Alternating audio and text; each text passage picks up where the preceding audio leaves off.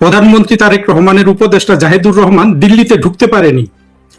ঢুকতে না পেরে সে বাংলাদেশের দিকে ফেরত আসছে। আমার অনেক প্রাসঙ্গিক কথা আছে এখানে, আমার মনে হয় কথাগুলো আমাদের বলা দরকার। জাহিদুর রহমান নাকি দিল্লি যাচ্ছিল একটা আন্তর্জাতিক সংস্থা ইন্ডিয়ান ওশেন রিম অ্যাসোসিয়েশন, এটার কোন একটা ফোরামে বক্তৃতা দেওয়ার জন্য।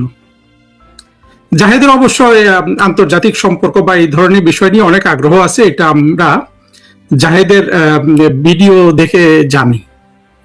আর যে আগ্রহ আছে সে গিয়েছে, কিন্তু দিল্লি তাকে ঢুকতে দিল না।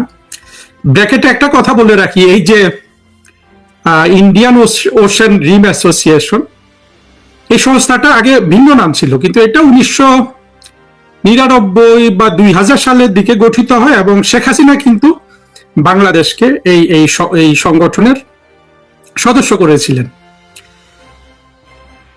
যা হোক, জাহেদ ভারতে ঢুকতে না পারা বিষয়টা একদিক থেকে হাসিও পাচ্ছে, কিন্তু এর তাৎপর্য আমাদের একটু বোঝার চেষ্টা করা দরকার।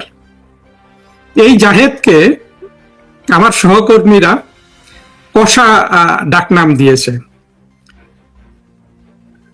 নাকি পিনাকি দিয়েছে জানি না। পিনাকি অবশ্যই এই নিকনেম প্রডিউস করার ক্ষেত্রে খুবই একেবারে দক্ষ একজন লোক। সে ওই যে জুলকার নায়ন শাহের নামে যে একটা জঙ্গি আছে, তাকে ডাকনাম দিয়েছে একটা অসভ্য কথা, যে কচু খেতি পোঁত বালক। যদিও এই নিকনেমটা উপযুক্ত হয়েছে। ওই শাহের ছেলেটা কিন্তু একটা ইতর এবং আন্তর্জাতিক সন্ত্রাসী না, আন্তর্জাতিক চাপাবাজ এবং ভিখারি। পিনাকি যদি ডাকাত হয়, ওটা হলো একটা সিসকে চোর, এই জুলকার নায়ন শাহের। তো পিনাকি সুন্দর সুন্দর ডাকনাম দেয়, যেটা আমার পছন্দ হয়। আর কষা ডাকনামটা তো একেবারে অ্যাপ্রোপ্রিয়েট, এতটাই অ্যাপ্রোপ্রিয়েট বলার অপেক্ষা রাখে না। এই কষা কথা বললে, বিশেষ করে 24-এর জঙ্গি উত্থানের আগে কিংবা পরে, সে প্রধানমন্ত্রী শেখ হাসিনার নাম যেভাবে মুখে আনতো এবং যেভাবে আমাদের মুক্তিযুদ্ধের পক্ষের আওয়ামী লীগের সরকারকে, আমার মনে হয় ফ্যাসিস্ট শব্দটা আওয়ামী লীগের নামের সাথে সবচেয়ে বিষাক্ত, মানে বিষ নিয়ে যে মুখ থেকে উচ্চারণ করতে পারতো, কিংবা শেখ হাসিনা সম্পর্কে নানান ধরনের বেয়াদবি, সেইটা জাহেদের মুখে যে পরিমাণ, জাহেদের মুখ থেকে আসলে যে পরিমাণ জঙ্গিদের অনুপ্রাণিত করত, এটা বোধহয় আর কারো মুখ থেকে সেইভাবে কিন্তু অনুপ্রাণিত করতো না। এর কারণ হলো জাহেদ খুব ইফেক্টিভ ওয়েতে বিষ ছাড়তে পারতো, এবং এই ছেলে মনে হলো যে সারাদিন বিষ খায়। বিষ মানে কি, চিরতার পানি খায় সারাদিন। ওর কথাবার্তা শুনলে এটাই কিন্তু আমার কাছে মনে হতো। সুতরাং কষা নিকনেমটা একেবারে অ্যাপ্রোপ্রিয়েট এই ছেলের জন্য। আর অহেতু কোনো ধরনের যুক্তি ছাড়া, ছাড়া সে কিন্তু ভারত ঘৃণা ছড়াতো। আদারওয়াইজ কিন্তু জাহেদ কিন্তু অনেক যৌক্তিক কথাবার্তা বলে, সেই সুনামটাও করতে হবে। বিশেষ করে ইউটিউবে যেসব জঙ্গি অপপ্রচারকারীরা ছিল, সাইবার সন্ত্রাসীরা 2024-এর জঙ্গি উত্থানের আগে, তাদের মধ্যে বস্তুনিষ্ঠ কথা বলার ক্ষেত্রে কিন্তু জাহেদ কিন্তু এক নাম্বার ছিল। বাকিরা কিন্তু সবকিছু নিয়ে টুইস্ট করে মিথ্যা প্রপাগান্ডা, এগুলোকে একেবারে মানে প্রপাগান্ডাটাকে কোনো ধরনের শালীনতার মধ্যে রাখতো না। পিনাকি, ইলিয়াস, আরো যারা আছে, তারা কিন্তু শালীনতার মধ্যে রাখতো না, কোনো শোভনতার মধ্যে, মানে কোনো ধরনের সীমার মধ্যে কিন্তু ওরা মিথ্যাগুলোকে রাখতো না। একেবারে যত মিথ্যা আছে সেগুলোকে সরাসরি প্রচার করতো। জাহিদ কিন্তু ডিস্টিল করতো। জাহিদ কৌশলে শেখ হাসিনার বিরুদ্ধে ঘৃণা ছড়িয়েছে, ভারতের বিরুদ্ধে ঘৃণা ছড়িয়েছে, কিন্তু সে আবার অনেক বস্তুনিষ্ঠ কথা বলেছে। এই যে ওর কথার মধ্যে যে বস্তুনিষ্ঠতা ছিল, বিশেষ করে ও অনেক আন্তর্জাতিক সম্পর্ক নিয়ে কথা বলতো, খুব সম্ভবত 2টা ইউটিউব চালাতো, আবার দেশীয় জিনিস নিয়েও একটু ইনফরমেশন দিত, ইত্যাদি দিত। ফলে জাহেদের ছড়ানো বিষটা আমি মনে করি যে অনেক বেশি ইফেক্টিভ ছিল। যদিও তার শ্রোতা বা তার দর্শক কিংবা তার ক্লায়েন্ট রিলেটিভলি কম ছিল পিনাকি বা ইলিয়াসের তুলনায়, কিংবা আরো যারা গৌণ রয়েছে, যেমন ফাহাম আব্দুল সালাম, গালি দেয়া ছাড়া যে কথা বলতে পারে না, এগুলোর তুলনায় জাহেদ আমি বলবো যে অর্থাৎ আমাকে যদি ইউটিউবার হিসাবে মূল্য রেট দিতে হয়, আমি জাহেদকে অনেক উপরে রেট দিব। একই সাথে এটাও স্মরণ করবো যে জাহেদের ছড়ানো ঘৃণাটা, বিশেষ করে শেখ হাসিনার বিরুদ্ধে, সেটা কিন্তু যথেষ্ট যথেষ্ট কার্যকর হয়েছিল 24-এর জঙ্গি উত্থানে জঙ্গিদের অনুপ্রাণিত করার ক্ষেত্রে। বাবা জাহেদ, তোমাকে কিন্তু আবার বলে রাখি, কথা আরেকটা লেকচারেও বলেছিলাম, তোমাকে ভারত বের করে দিয়েছে বা তুমি ভারত থেকে রাগ করে চলে এসছো, কি হয়েছে না হয়েছে সেটা নিয়ে একটু পরে আলোচনা করব। তবে শোনো বাবা, আমরা কিন্তু ওইটার দিকে তাকিয়ে নেই, আমরা কিন্তু সময় মতো তোমাকে জিজ্ঞেস করব, তুমি যে ঘৃণা ভরে শেখ হাসিনাকে দিল্লি দাসী বলতা, এই কথাটার জবাব তোমাকে দিতে হবে। কিভাবে শেখ হাসিনা দিল্লি দাসী হলো? হ্যাঁ, শেখ হাসিনা ভারতের কাছে কোনো কিছু বিক্রি না করে দিল্লি দাসী হলো, আর ইউনুস দেশটাকে বিক্রি করে দেওয়ার পরেও ইউনুস কারো দাস না, সেটা তো বলো না। তোমার থেকে আমরা উত্তর নিব। উত্তর যদি তুমি দিতে না পারো, আমরা কিন্তু তোমাকে কঠোর সাজা দিব। এই যে দিল্লি তোমাকে ফিরিয়ে দিচ্ছে, কোন দেশ কি করছে, সেগুলা এখানে কোনো আমাদের আমাদের তখনকার সিদ্ধান্তে কিন্তু কোনো ধরনের প্রভাব ফেলবে না। জাহেদ তারেক রহমান কেন জাহেদকে উপদেষ্টা বানালেন, এটা আমার মাথায় ঢোকে না আসলে। আমি দেখুন, আমি বারবার বলছি, আমি বিএনপির, যদি কেউ এটা শুনে থাকেন, আমি আপনাদের একজন রাজনৈতিক সমালোচক বড়জোর তারেক রহমানের সরকারের, এবং সেটা শালীনতার মধ্যে, আমি কোনো অশালীনতার মধ্যে বিএনপির সমালোচনা করি না। বরঞ্চ আমি চেষ্টা করি বিএনপিকে কোন কথাগুলো বললে তারা যদি সেগুলা শুনে বিএনপির ভালো হবে, এগুলো আমি বলার চেষ্টা করি। আপনারা আমার এই সততাটা, বিএনপির বন্ধুরা যদি কেউ থাকেন, আমাকে গালি না দিয়ে আমার এই যে ঐকান্তিক একটা ইচ্ছা আপনাদের প্রতি, আপনাদের ভালো চাই, সেটার একটু মূল্য দেওয়ার চেষ্টা করবেন, এই আবেদনটুকু রাখলাম। দিবেন কি দিবেন না সেটা আপনাদের বিষয়। তারেক রহমান জাহিদুর রহমানকে উপদেষ্টা করা, এটা কিন্তু তারেক রহমানের একেবারে পরিপূর্ণ একটা ভুল সিদ্ধান্ত।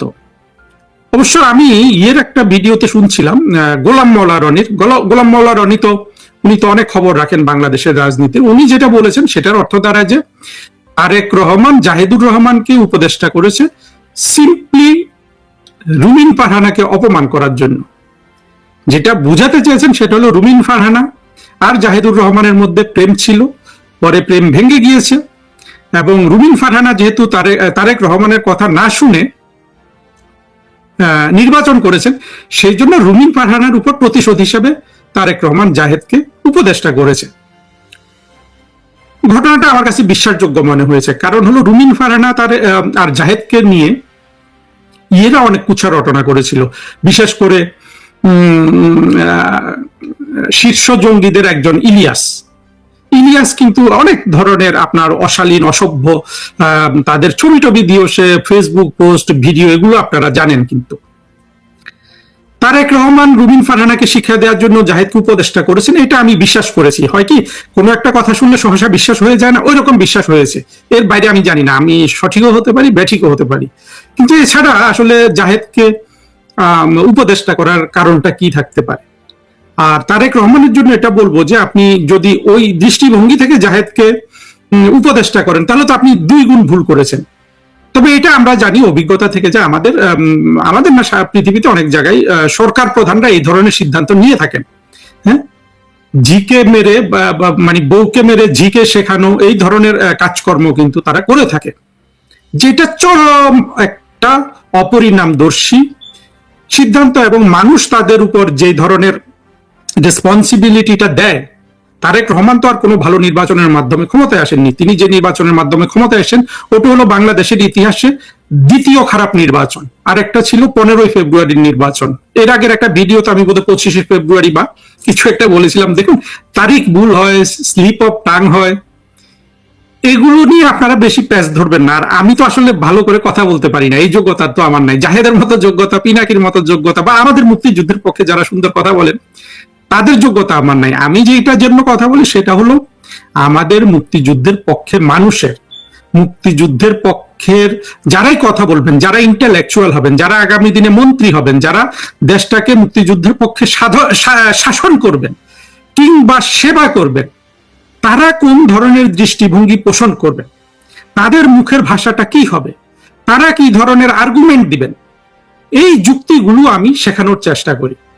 আপনারা আমার কথাগুলো নিয়ে যান, তারপর সেখান থেকে যতটুকু আপনার স্লিপ অফ টাং আছে, যতটুকু মনে করেন যে তোতলামি আছে, যতটুকু আপনার কাছে অসুন্দর মনে হয়, আমি হাসি একটু বেশি, আমার হাসি পায়, কারণ হলো যে এই কাজটা করলে আমার হাসি পায়, কারণ এই কাজ আমি তো লেখক হিসাবে গড়ে উঠি, লেখকই আসি, লিখি, প্রকাশ করি না, কারণ আমার লেখাপড়ার লোক নাই, আমি একজন লেখক। ফলে এই বক্তৃতাটা আমি কিন্তু দিতে এসেছি সলিমুল্লাহ খান পিনাকি এদের উপর রাগ করে, যে আমাদের মুক্তিযুদ্ধের পক্ষের একটা শক্তি সরকারকে শুধু মিথ্যা প্রোপাগান্ডা দিয়ে ফেলে দিয়েছে 2024 সালের জুলাই মাসে, একেবারে পরিপূর্ণ মিথ্যা প্রোপাগান্ডা দিয়ে, এবং আমরা আমাদের সরকারকেও কিন্তু এই প্রোপাগান্ডাগুলোর জবাব দেয় নাই, এবং জবাব দেওয়ার ভাষাও তাদের ছিল না, আর যে ভাষায় জবাব দেয় সেগুলা আপনার কার্যকর হয় না। আমি একটা কার্যকর ভাষা আবিষ্কার করার জন্য কিন্তু কথা বলি, কিন্তু পরিবেশনাটা আপনারা করবেন। যাই হোক, আবার জাহেদের কথায় ফিরে আসি।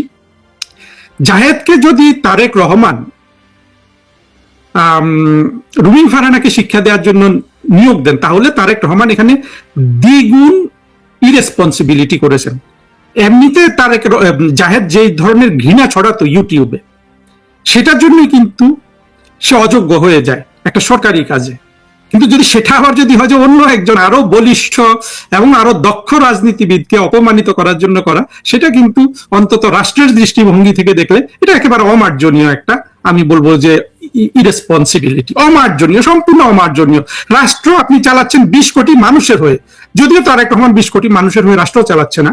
তারেক রহমান এসে ক্ষমতায় কতজন, তাদের পক্ষে যে কয়জন আছে 24-এর জঙ্গি কোয়ালিশনের প্রধান হয়ে উনি ক্ষমতায় এসছেন, কিন্তু সেটা অন্য জিনিস। কিন্তু যখন একজন কেউ রাষ্ট্রের ক্ষমতা হাতে নেয়, তাকে কিন্তু সেই রাষ্ট্রের সব জনগণের পক্ষ থেকে নিতে হয়। সেই জন্যই তো যখন তারা শপথ গ্রহণ করে বলা হয় না যে আপনি অনুরাগ বিরাগের বশবর্তী হয়ে কোনো সিদ্ধান্ত নেবেন না।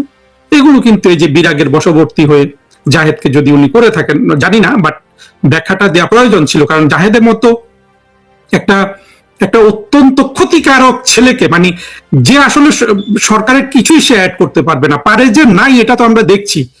এখন তো সরকারের একেবারে অঘোষিত বা ঘোষিত মুখপাত্র কিন্তু জাহেদুর রহমান। ও যে বিষাক্ত ভিডিও গুলা করতো, সেগুলো যে পরিমাণ ইম্প্যাক্টফুল ছিল, তারেক রহমান সরকারের বক্তব্য বিবৃতি কি সে সেই দক্ষতার সাথে দেশের সামনে তুলে ধরতে পারছে? হ্যাঁ, আপনি বলবেন যে আসলে তারেক রহমানের পক্ষে তো তুলে ধরার কিছু নাই, না থাকলেও কিন্তু যে সেই কাজ করে তার যদি দক্ষতা থাকে তার কিন্তু পারার কথা। আমরা দেখছি যে জাহেদ কিন্তু সেটা করতে পারছে না। আমি আশা করব দিল্লিতে এইভাবে অপমানিত হওয়ার পর তারেক রহমান জাহেদকে, হ্যাঁ, জাহেদের প্রতি যদি ওনার কৃতজ্ঞতা থাকে, জাহেদকে যদি উনি মনে করেন যে ছেলেটা ওনাকে ক্ষমতা এনেছে, কারণ জাহেদের লেকচারগুলো ভিডিওগুলো অনেক ইম্প্যাক্টফুল ছিল, জঙ্গিদের অনুপ্রাণিত করেছে, টাকা দেন তাকে, তাকে পেছনে বসিয়ে রাখেন। তাকে যদি জ্ঞানী মনে করেন, হ্যাঁ, তাকে আপনি অন্য কোনো একটা কাজ দেন, তাকে আপনি আপনার মুখপাত্র কেন করেছেন? আমি হলে অবশ্য কাজও দিতাম না, কারণ এই ধরনের যারা অযৌক্তিকভাবে ঘৃণা উৎপাদন করে তারা কিন্তু কাজে কখনো সফল হয় না। ফলে জাহেদ যে কখনো কোনো কাজে সফল হবে না, মানে ইতিবাচক কাজে, সেটা বলেই দেয়া যায়। ফলে এই ধরনের লোকজনকে আমি চাকর বাকরের বেশি ট্রিট করতে রাজি নেই। আমি যদি তারেক রহমানের জায়গায় থাকতাম, আমি নগদ টাকায় জাহেদকে শোধ করে দিতাম, বাবা জাহেদ তুমি এই উপকার করেছো, এত কোটি টাকা নাও। তারেক রহমানের তো এখন টাকার কোনো অভাব নেই। এইভাবে আসলে এই যারা সত্যিকারের ঘৃণা উৎপাদন করে তাদেরকে কিন্তু এই ধরনের এইভাবেই কিন্তু ট্রিট করতে হয়। তাদেরকে আপনার কখনো, এটা কখনোই কোনো প্রজ্ঞার লক্ষণ নয় যে তাদেরকে আপনি গুরুত্বপূর্ণ দায়িত্ব দিবেন। দিলে যেটা হয়, তারেক রহমান আজকে একেবারে সরাসরি কিন্তু অপমানিত হয়েছেন। আমি একটা ফেসবুক পোস্টে পড়লাম যে জাহেদ নাকি পাকিস্তানি যে গোয়েন্দা সংস্থা আইএসআই এর সাথে অনেক বার্তা বিনিময় করেছে, টেক্সট করেছে, কি করেছে এগুলো ইন্ডিয়ানরা জেনে ফেলেছে, এই জন্য নাকি তাকে বিমানবন্দরে কিছুটা জিজ্ঞাসাবাদ করা হয়েছিল। পরবর্তী খবর তো সব জায়গায় আছে, এখন জাহেদ নাকি শ্রীলঙ্কা হয়ে, চিন্তা করেন, হ্যাঁ, কত দূর দিয়ে তাকে আবার বাংলাদেশে ফিরে আসতে হচ্ছে, এবং বাংলাদেশে ফিরে এসে ছেলেটা কি বলবে? ও যেহেতু বাকপটু, ও যেহেতু গল্প বানাতে পারে, ও হয়তো কিছু একটা বলবে, কিন্তু এটা তারেক রহমানের সরকারের জন্য চরম একটা অপমান, এতটাই অপমান আমি ভাবতে পারছি না। এবং এটা যখন প্রথম পোস্ট হিসাবে আমি ফেসবুকে দেখলাম, আমাদেরই খুব প্রিয় একজন খুবই খুবই ইফেক্টিভ সহকর্মী শাহিনারা সুলতানার ফেসবুক পোস্টে আমি প্রথমে এটা দেখলাম, দেখে আমি বিশ্বাসই করলাম না। আমি ভাবলাম যে সবাই হাসাহাসি করছে, কারণ বাংলাদেশের জঙ্গি মৌলবাদীরা এই আমাদের সাবেক আইজিপি বেনজিরের দুবাইতে কোনো একটা বিষয়ে ওনাকে আটক করেছে, সেটা নিয়ে তারা এতই উৎফুল্ল যে তার জবাব দিতে গিয়ে বোধহয় জাহেদকে নিয়ে ধরনের একটা পোস্ট ক্রিয়েট করা হয়েছে। পরে আমি তাজ্জব এগুলো দেখলাম যে খবরটা সত্য, প্রথম আলো খবর করেছে এবং আরো যে যারা যারা অনেকে এটা খবর করেছে, দেখে তো আমি অবাক হয়ে গেলাম। সাধারণত জাহেদ, তার আগে এই কথাটা বলে নিই, জাহেদ যেই পরিমাণ হিন্দুটা সে সরাসরি বলতো না, মানে ভারত ঘৃণা সে বাংলাদেশে ছড়িয়েছে, বিশেষ করে শেখ হাসিনার সাথে বেয়াদবি করে বলবো, মানে কটূক্তির প্রশ্নই না, মানে এত বিষ ছড়াতো, এটাকে কটূক্তির পর্যায়ে কিন্তু রাখা যায় না। সম্পূর্ণ বিষ, গ্যালনে গ্যালনে মনে মনে বিষ তৈরি করেছিল এই জাহেদ, এবং সেটা করেছিল ভারতকে সরাসরি জড়িয়ে, ভারতকে রাষ্ট্র হিসাবে ভারতকে অপমানিত করে, ভারত সম্পর্কে অশ্লীল উচ্চারটনা করে করেছিল। আমি জানি না ভারতেও তো শুনি যে আছে, গোয়েন্দা সংস্থা আছে, তাদের যে হাই কমিশনটা বাংলাদেশে আছে এটা রিলেটিভলি বড়, বাট ভারতের হাই কমিশনার হিসাবে এটা খুব একটা বড় না, ভারতের অন্যান্য অফিসগুলো আরো অনেক বড়। আমাদের দিল্লিতে আমাদের যে হাই কমিশন আছে, এটা তো আমার কাছে মনে হয় যে ভারতের বাংলাদেশে যে হাই কমিশন আছে তার চেয়ে বড় আমাদেরটা। যাই, তারপরেও ভারতের তো লোকজন আছে, তারা কি এগুলো খেয়াল করেছে কি করে নাই আমি জানি না। ফলে আমি ফেসবুকে যেটা পড়লাম যে নিরাপত্তা সংক্রান্ত কারণে হয়তো জাহেদকে তারা জিজ্ঞাসাবাদ করতে গিয়েছিল, এবং ওই ফেসবুক পোস্টে বলল যে সে জিজ্ঞাসাবাদের উত্তর মানে দেওয়ার প্রয়োজনীয়তা বোধ করে নাই বা দিতে চায়নি, দ্রুত সে ফেরত চলে আসতে চেয়েছে, যেটা বিশ্বাসযোগ্য। এই ধরনের জিজ্ঞাসাবাদ আর সত্যি সত্যি যদি আইএসআই এর সাথে তার বার্তা বিনিময় হয়ে থাকে, যেটা ভারতের জন্য ক্ষতিকর, এরকম কিছু হলে তো জিজ্ঞাসাবাদটা একটু বেশি হবে। এটা কে ফেস করতে চায়? ও নাকি নিজে রেগে টেগে চলে এসে মানে বের হয়ে গেছে ওই দেশ থেকে, এরকম ফেসবুকে শুনলাম, এবং সবগুলা কিন্তু বিশ্বাসযোগ্য। ভবিষ্যতে অবশ্যই আমরা জানতে পারবো কি হয়েছে না হয়েছে। জাহেদকে যে বের করে দিল, যে কারণেই দিক, নিরাপত্তা জনিত কারণ, এটাই আমি বিশ্বাস করছি, ধরে নিচ্ছি সেটা সত্য। এইটা কিন্তু তারেক রহমানের সরকারের জন্য একেবারে চরম একটা অপমান। এত অপমান স্বাধীন বাংলাদেশে আর কোন সরকারকে কিন্তু আমি করতে দেখিনি। হ্যাঁ, আওয়ামী লীগ সরকারের আমলে একটা এমপি কুয়েতে গ্রেফতার হয়েছিল, এরকম অনেক কিছু আছে, কিন্তু সরাসরি বাংলাদেশের সরকারকে আগে কিন্তু কখনো এই ধরনের অপমানিত হতে আমি অন্তত দেখেছি বলে আমার মনে হয় না। তো জাহেদুর রহমান